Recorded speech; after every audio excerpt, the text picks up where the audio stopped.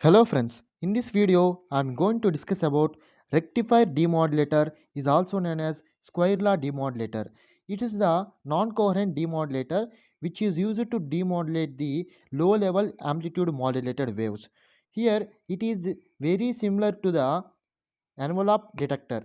Okay, first let's see the block diagram of rectifier demodulator. In rectifier demodulator we have mainly two blocks.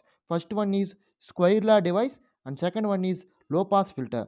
Here observe, this square law device and low pass filter are connected in series to form a rectifier demodulator. Here we are applying the am modulated wave to the input of the square law device, and the output of the low pass filter is nothing but our demodulated wave or nothing but estimated message signal.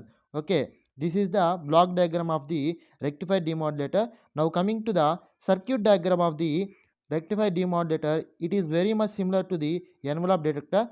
Here observe, this C and R, this section is nothing but low pass filter, and this diode and this resistor is nothing but the square law device. Okay, except this resistance, all is similar to the envelope detector. Here observe the operation, how it works means, here V1 of t is nothing but applied AM modulated wave, and V2 of t is nothing but the output of the diode. Okay, here diode act as a rectifier.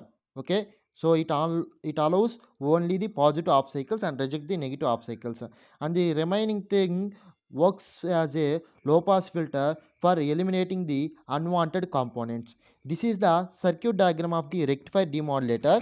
And here let's see an important point. It is used to demodulate the low level amplitude modulated waves. In our previous video we discussed about envelope detector that is used to demodulate the high level amplitude modulated wave, but the rectifier demodulator is used to demodulate the low level amplitude modulated wave.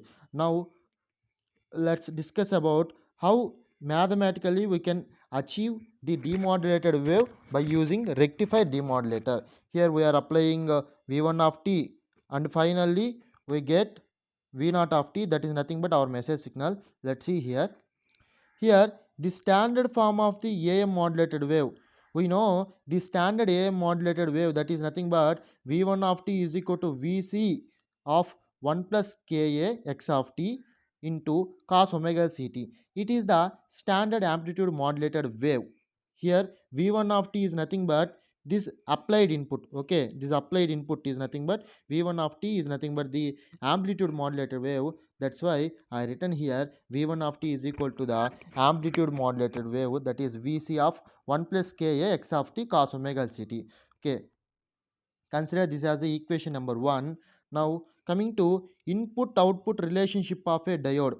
We know diode, let's see here, this is a diode and the diode input is V1 of t and the output is V2 of t. We know the input output relationship of the diode is nothing but output V0 V2 of t equal to K1 V1 of t plus K2 V1 square of t, where K1 and K2 are the constants.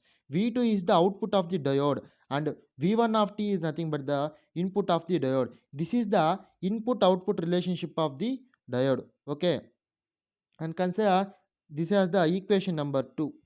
Okay, consider this as the equation number 2. Now substitute equation number 1 in equation number 2. This is the equation number 1. Substitute this equation number 1 into this equation, then we got this equation, that is v2 of t equal to k1. Here k1 into v1 of t, in place of v1 of t substitute vc of 1 plus ka x of t into cos omega ct, that is Vc of 1 plus K x of t cos omega ct, K2 into again V1 square of t, that is Vc of 1 plus K x of t cos omega ct whole square. Okay, now calculate these all the terms, I mean multiply this K1 to the inner terms, and here observe, it is looks like a 1 a plus b whole square, and square this vc square and cos omega ct square, and and multiply it in the inner terms, then finally we got this equation. Okay, finally we got this equation. Here observe, here so many terms are there, but we need only message signal, that is here the message signal is nothing but x of t. Okay, here x of t is the message signal. At the demodulated wave, we need only message signal. Remaining all terms are eliminated by using the low pass filter. Here observe where is our message signal present. Message signal is nothing but x of t. Here observe in the first term k1 vc cos omega ct. Here we don't have any our message signal. And observe second term, that is k1 vc ka x of t cos omega ct. Here we have our message signal, but in by in addition to message signal, we have also carrier signal, that is cos omega ct. So we neglect this term. And here k2 vc square by 2 and k2 vc square by 2, these two terms indicates the dc voltage. Here we no need dc voltage, we need only ac voltage. That ac voltage is also our message signal voltage only we need. Okay, so let's eliminate these two terms also.